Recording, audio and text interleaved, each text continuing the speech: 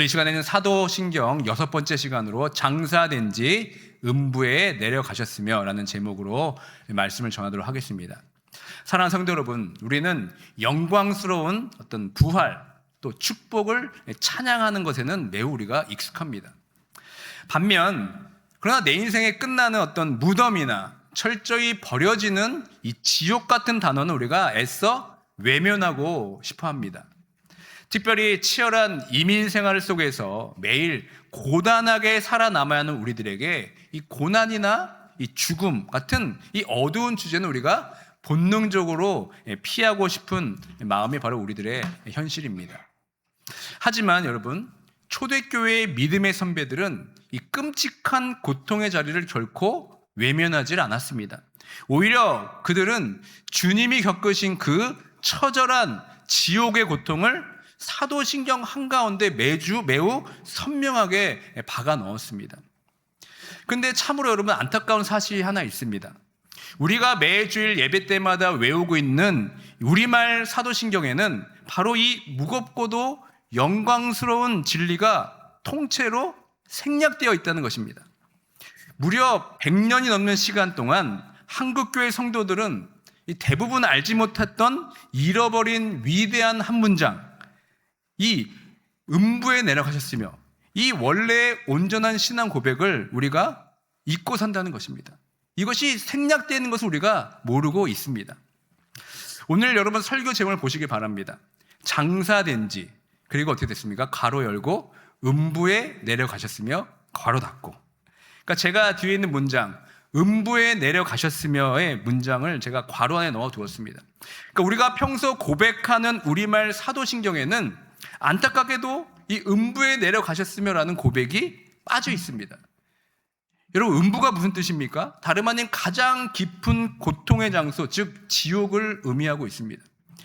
반면에 여러분, 역사적인 라틴어 전승과 여러분 우리 자녀들이 암송하는 영어 사도신경에는 이 무겁고도 신비로운 음부에 내려가셨으며라는 고백이 여러분 분명히 새겨져 있다는 겁니다. 그런데 여러분, 이 잃어버린 고백의 깊은 은혜를 우리가 온전히 깨닫기 위해서는 서둘러 결론으로 가기 전에 먼저 음부, 이 지옥의 고통을 한번 먼저 다뤄보도록 하겠습니다. 그 앞에 놓인 무거운 차가운 진리 하나를 한번 살펴보도록 하겠습니다. 그것이 무엇입니까? 바로 육체의 장사되심입니다. 철저히 무덤에 갇히신 이 낮아짐의 사건을 통과하게 될 때 우리는 비로소 주님이 당하신 그 영적인 지옥의 깊이를 우리가 제대로 측량할 수가 있는 겁니다. 첫째, 이 장사된 지의 고백은 예수님의 그 죽음이 부인할 수 없는 역사적인 사실임을 우리에게 알려주고 있습니다. 앞선 고백에서 우리는 예수님이 십자가에 못 박혀 죽으시고 라고 고백했습니다. 그런데 왜 굳이 그 직후에 장사된 지 무덤에 묻히시고 음부에 갇히시고 라는 고백을 한 번 더 우리가 반복하고 있을까요? 이 초대교회 당시에는 예수님의 죽음을 왜곡하려는 거짓 교사들이 판을 쳤습니다. 예수님은 하나님의 아들이니 진짜 죽은 게 아니라 잠시 십자가에서 기절하신 것이다. 혹은 죽은 것처럼 보였을 것이다 라면서 이 십자가의 구속 사건을 어떤 환상으로 치부하려는 영지주의 이단들이 그 당시에 활개를 쳤습니다. 그래서 이 사도신경은 바로 이 거짓을 산산조각 내기 위해서 주님이 죽은 자들과 똑같이 캄캄한 무덤 속에 장사되셨다고 못을 박는 것입니다. 그러니까 이 장사되셨다는 사실은 오늘 우리가 읽은 본문 마태복음 27장에 아주 다시 한번 적나라하고 분명하게 기록되어 있습니다. 어떻게 기록되어 있습니까? 요셉이 시체를 가져다가 깨끗한 세마포로 싸서 바위 속에 판 자기 새 무덤에 넣어두고 큰 돌을 굴려 무덤 문에 놓고 가니. 여러분, 여기서 보시면 시체라는 말을 잘 주목해 보시길 바랍니다. 예수님의 죽음은 어떤 죽음입니까? 심장이 멎었습니다.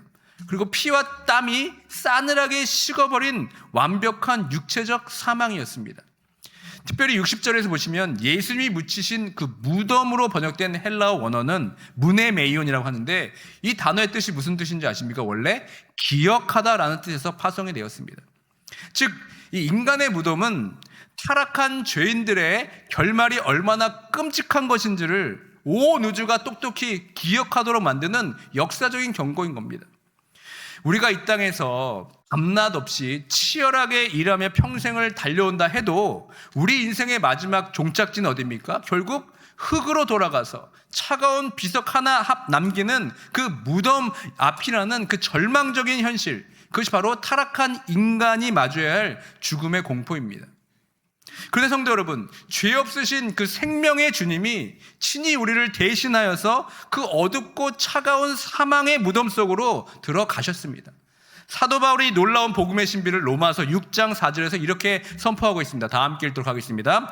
그러므로 우리가 그의 죽으심과 합하여 세례를 받음으로 그와 함께 장사되었나니 이는 아버지의 영광으로 말미암아 그리스도를 죽은 자 가운데서 살리심과 같이 우리로 또한 새 생명 가운데서 행하게 하려 함이라. 아멘.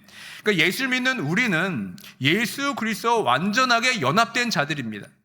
주님이 무덤에 장사되었을 때 나의 옛사람도 또 나의 옛 자아도 내 죄악도 다 그 무덤에 함께 묻힌 겁니다. 이 거룩한 연합의 은혜와 말미암아 이제 성도의 죽음 어떻습니까? 더 이상 죽음의 공포와 형벌의 대상이 아니라는 겁니다. 예수님의 장사되심이 무덤이 가진 모든 저주, 이 모든 것들을 완벽하게 제거한 겁니다. 그래서 개혁주의 신학에서는 이 은혜를 어떻게 기록하고 있는지 아십니까? 이렇게 말합니다. 신자의 죽음은, 그리고 무덤은 영원한 형벌의 장소가 아니라 지긋지긋한 죄와의 싸움을 끝내는 성화의 마지막이요, 흠없는 모습으로 주님 옆에 서는 영화의 시작, 이렇게 우리는 말하고 있습니다. 오늘 이 예수님의 이 장사되심을 우리가 묵상할 때 나의 옛 자아는 주님과 함께 무덤에 묻히고 이제는 새 생명으로 살아가는 영광스러운 은혜를 우리가 마음속에 깊이 다짐해야 됩니다. 성도 여러분, 주님이 무덤에 장사되신 사건이 부인할 수 없는 육체적 죽음을 보여준다면 이제 살펴볼 두 번째 사건은 무엇입니까? 주님이 십자가 위에서 당하신 그 영혼의 고통이 얼마나 처절했는지를 우리가 살펴봐야 됩니다. 바로 아까 앞에서 서론에 말씀드렸다시피 잃어버린 한 문장, 그게 무엇입니까? 바로 음부에 내려가셨으며라는 겁니다. 그런데 이 무겁고도 신비로운 진리가 사실 우리와 아주 가까운 곳에 흔적으로 남아있다는 사실을 여러분 아십니까? 성도 여러분, 지금 여러분 들고 있는 찬송가 한번 성경책 앞부분을 한번 살펴보십시오. 맨 앞장에 사도신경을 한번 살펴보시기 바랍니다. 보시면 사도신경 맨 하단에 보시면 아주 작은 글씨로 두 개의 각주가 달려있는 것을 우리가 보실 수가 있습니다. 한번 펼쳐보십시오. 그중 장사된 지 바로 뒤에 있는 두 번째 각주에 여러분 어떻게 기록되어 있습니까? 우리 성경책에 안 갖고 온 분이 계시니까 제 화면 띄워 보여드리겠습니다. 제 성경책에 이렇게 기록되어 있습니다. 첫 번째는 사도 선조로서 번역할 수 있다. 두 번째 됩니까? 장사되어 지옥에 내려가신 지가 공인된 원문에는 있으나 대다수의 본문에는 없다. 이렇게 기록되어 있습니다. 여러분 성경책에도 그렇게 기록이 되어 있습니까? 아니, 제 성경책만 그런가요? 네, 다 이렇게 기록이 되어 있습니다. 즉 현재 우리 개신교회가 우리말로 외우는 사도신경 본문에는 여러분 이 고백이 빠져 있습니다. 그런데 수백 년간 초대교회 신앙을 이어온 공인된 라틴어 전승에는 여러분 이 고백이 분명히 존재한다는 뜻입니다. 더 놀라운 사실이 무엇인지 아십니까? 주일마다 같은 지붕 아래에서 드리는 우리 2세 자녀들은 영어로 사도신경을 고백할 때 한 주도 빠짐없이 어떻게 고백하는지 아십니까? He descended into hell. 그가 지옥에 내려가셨으며 라고 또렷하게 이 신비를 고백하고 있다는 것입니다. 아니 1세대 부모들은 고백하지 않고 있는데 2세대 자녀들이 지금 여러분 영어로 고백하고 있다는 이 낯선 풍경, 도대체 여러분 한국 교회 역사 속에 어떤 일이 있었기 때문에 우리가 이런 일이 벌어지게 되는 것입니까? 사실 초기 한국 교회의 사도신경에는 이 음부에 내려가셨으며라는 고백이 있었습니다. 1894년 언더우드가 선교사가 갖고 온 번역본이나 1905년 장로고 번역본에는 분명 음부에 내려가셨으며라가 포함되어 있습니다. 그런데 감리교의 창시자인 존 웨슬리가 1784년 자신의 교단 신조를 작성하면서 이 음부에 내려가셨으며 부분을 생략했습니다. 그 영향을 받은 한국 감리교 사도신경 번역본에도 이 문구가 빠지게 된 것입니다. 그리고 결정적인 계기는 바로 1908년에 찾아옵니다. 당시 장로교와 감리교가 화합해서 그 당시 합동 찬송가를 발행하게 되었습니다. 그러니까 두 교단이 하나된 찬송가를 쓰려다 보니까 찬송가 앞에 실리는 주기도문과 사도신경의 번역도 하나로 통일해야만 했습니다.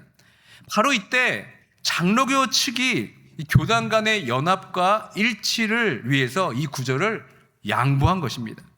그래서 그때부터 한글 사도신경에는 음부에 내려가셨음이라는 이 위대한 고백이 자취를 감추게 된 것입니다.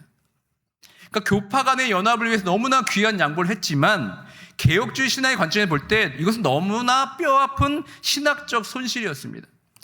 존 칼빈을 비롯한 개혁주의 신학자들은 이 짧은 고백 안에 십자가 형벌의 가장 핵심적인 은혜가 담겨 있다고 주장하기 때문에 그렇습니다. 비록 우리말 고백에는 생략되어 있지만 이 라틴어 전승이 이를 증언하고 있고 무엇보다 우리 2세들이 영어로 고백하면서 다음 세대의 신앙으로 유산으로 이어가고 있는 이 음부에 내려가심이 진정한 의미는 우리가 반드시 알아야만 하는 것입니다. 그렇다면 여러분, 사도신경이 고백하고 있는 이 신비로운 구절의 진짜 의미가 도대체 무엇일까요? 이 고백의 깊은 은혜를 깨닫기 위해 먼저 교회사 속에서 이 구절을 어떻게 다르게 해석하는지 세 가지 주요한 견해를 한번 살펴보도록 하겠습니다. 먼저 잘못된 견해입니다. 첫째, 무엇입니까? 죽은 자들이 머무는 또 다른 장소로 보는 로마 캐톨릭의 견해라는 겁니다. 캐톨릭은 이 구절을 바탕으로 성경에 없는 두 가지 또 다른 장소를 만들어낸 겁니다. 그게 무엇입니까? 바로 연옥과 림보라는 겁니다. 그들은 완벽하지 못한 신자들이 죽은 뒤 불로 연단을 받아 깨끗해지는 곳이 바로 연옥이라고 가르쳤습니다. 그리고 세례받지 못한 유아나 구약의 성도들이 머무는 곳을 그 중간지대를 림보라고 가리켰습니다. 그래서 예수님이 십자가에 죽으신 후 이 연옥과 림보에 내려가셔서 갇혀있던 성도들을 해방시켜서 천국으로 데려가신다고 이들은 해석했습니다. 하지만 성도 여러분, 이것은 명백히 성경에서 벗어난 교리입니다. 성경은 결코 천국과 지옥 외에 제3의 장소를 말씀하고 있지 않습니다. 구약의 성도들은 림보에 갇혀있던 것이 아니라 무엇입니까? 다윗의 고백처럼 죽음 직후에 이미 하나님 품에 안겨 안식하고 있습니다. 그래서 오죽하면 2007년에 교황청 스스로도 신학적 근거가 부족하다면서 유아 림보라는 개념을 공식적으로 폐기했습니다. 그러니까 우리는 성경이 침묵하고 있는 곳에 인간의 상상력을 더해서는 안 되는 겁니다.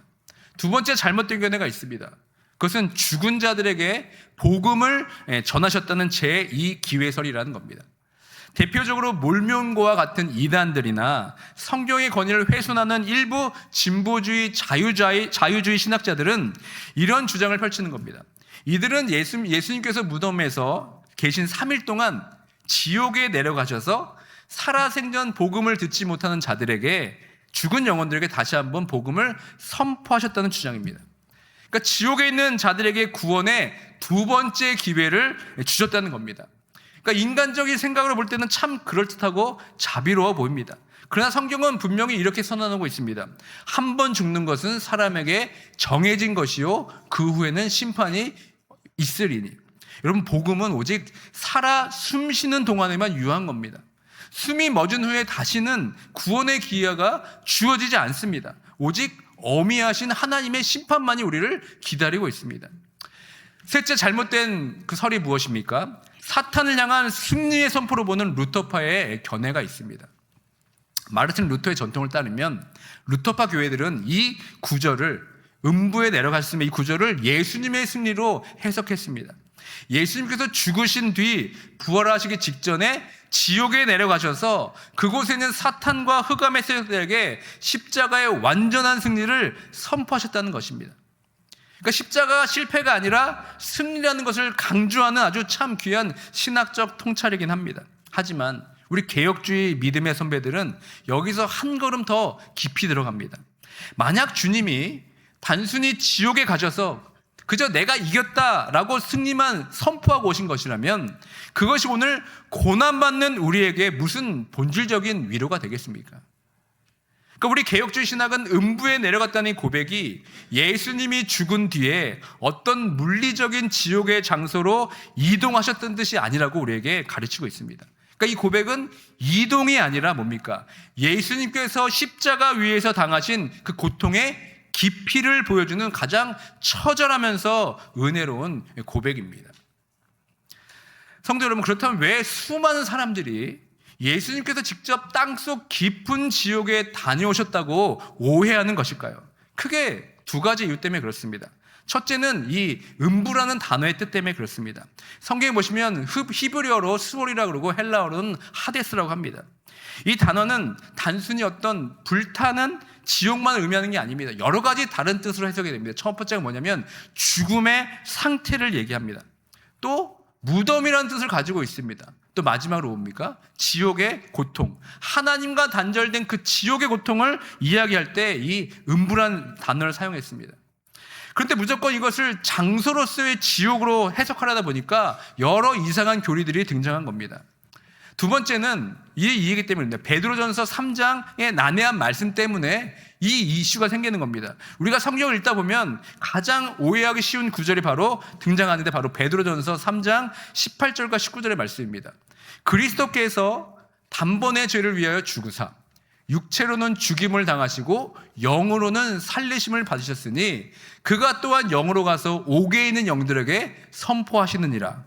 그러니까 여러분 이 구절을 싹 한번 읽어보면 마치 예수님께서 십자가에서 육체로는 죽으셨지만 그 영혼만 홀로 빠져나가서 지옥에 가서 복음을 전하셨다는 말처럼 보이기도 합니다. 그래서 앞서 말씀드린 제2기회설 루터파의 오해가 여기서 발생되는 겁니다.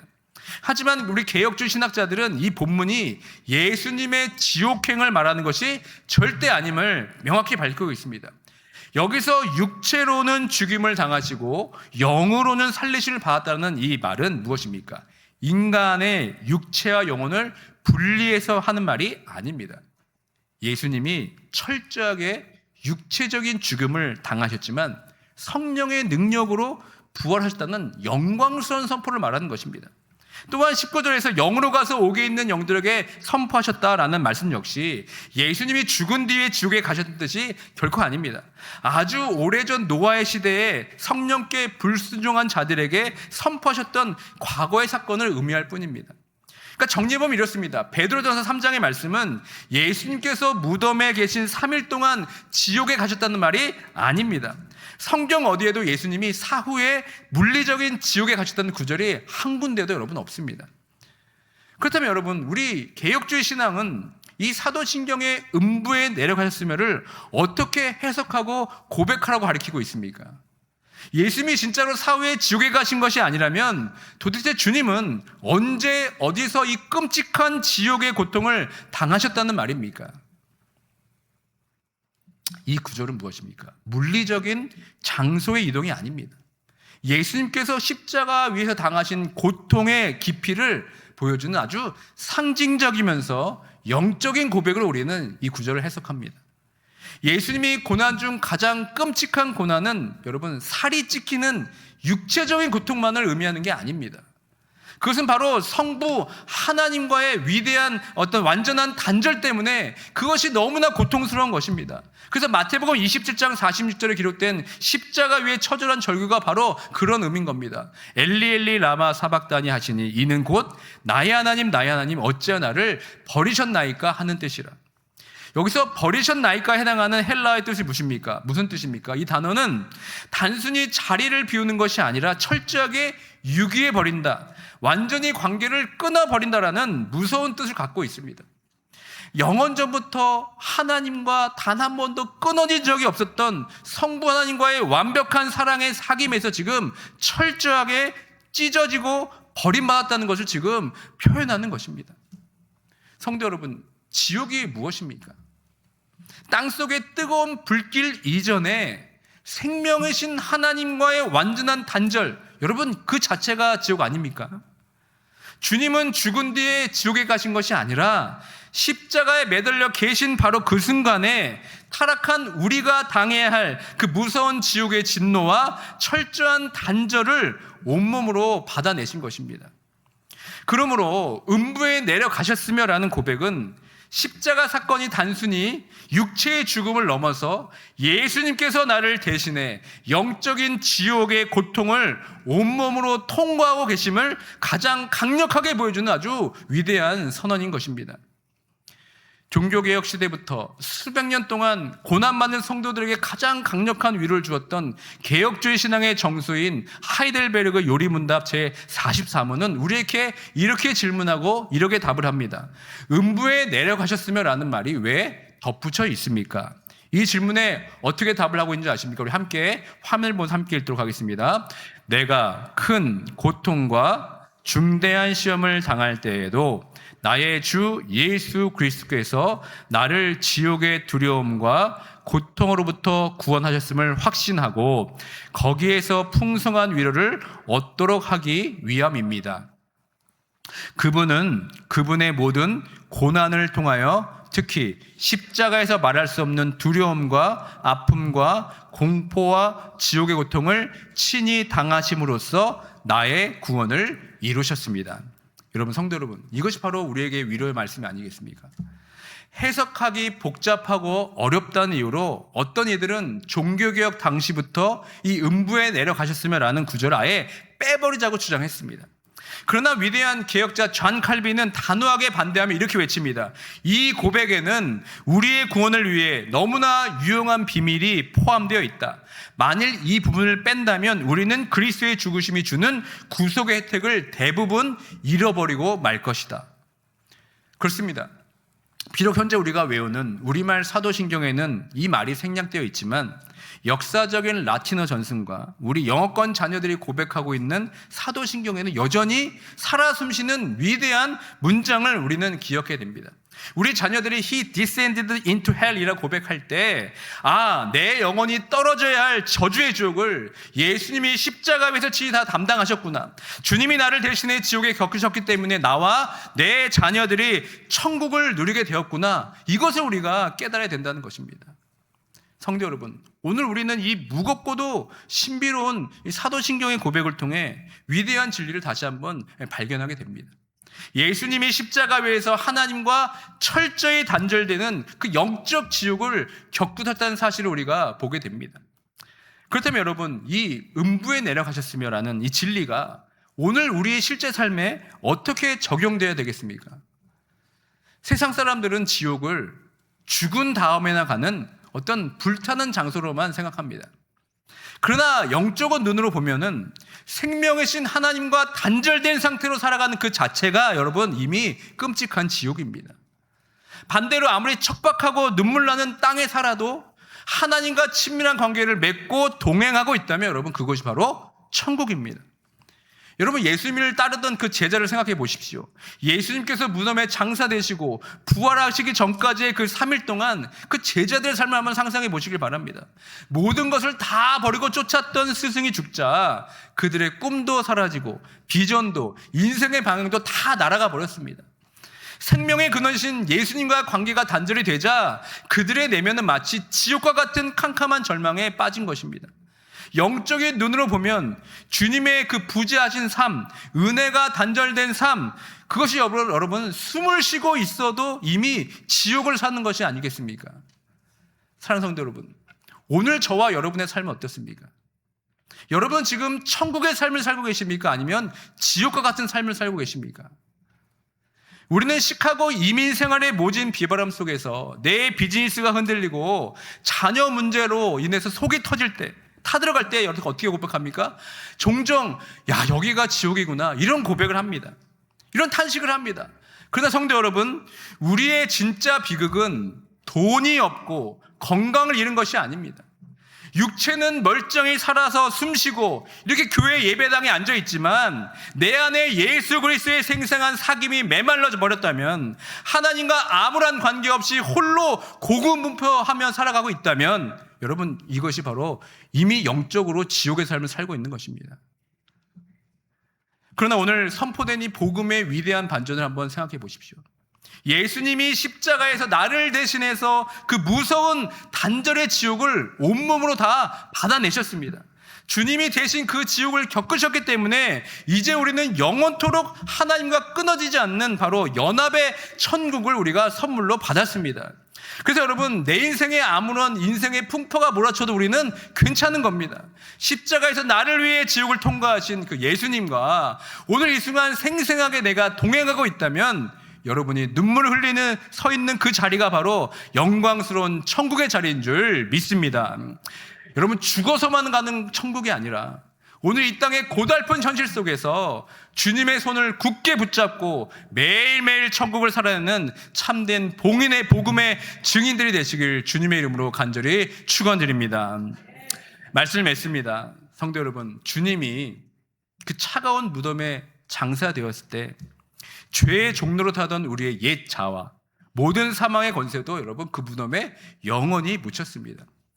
그리고 주님의 십자가 위에서 그 끔찍한 지옥의 고통과 단절을 홀로 더 담당하셨을 때 우리가 마땅히 받아야 할 영원한 진노, 저주도 여러분 완전히 끝이 났습니다. 그러므로 우리가 고백하는 사도신경의 위대한 진리는 단순한 교리나 지식이 아닙니다.